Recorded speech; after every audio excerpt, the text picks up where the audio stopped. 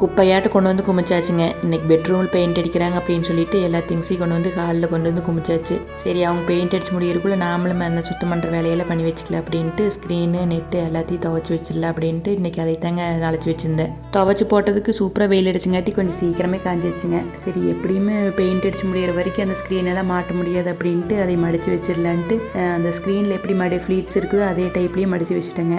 அப்படி மடிக்கலின்னா அந்த சுருக்காக விழுந்துரு. அதனால் அந்த ஃப்ளீட்ஸ் மாதிரியே மடிச்சிட்டோம்னா கொஞ்சம் நீட்டாக இருக்கிறாப்புல இருக்குது. அந்த ஃப்ளீட்ஸ் அப்படியே இருக்குங்க.